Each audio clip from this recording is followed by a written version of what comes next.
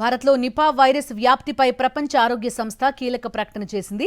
ఇండియాలో నిపా ప్రభావం తక్కువగానే ఉందని, దాంతో ప్రమాదమేం లేదని తెలిపింది. వైరస్ వ్యాప్తిని అరికట్టడానికి భారత్ వేగవంతమైన చర్యలు తీసుకుంటుందని పేర్కొంది.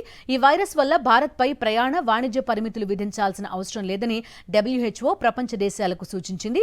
ఈ నిపా వైరస్ ఒకరి నుంచి ఒకరికి వేగంగా వ్యాపిస్తున్నట్టు ఆధారాలేమీ లేవని, దీనివల్ల ప్రపంచ దేశాలకు ప్రమాదం తక్కువేనని తెలిపింది.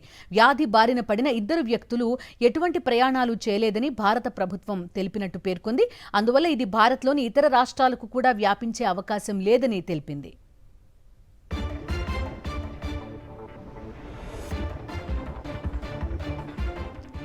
ఇటీవల పశ్చిమ బెంగాల్లో ఇద్దరికి నిపా సోకడంతో అప్రమత్తమైన కేంద్ర ప్రభుత్వం వైరస్ వ్యాప్తి కట్టడికి చర్యలు తీసుకుంటోంది.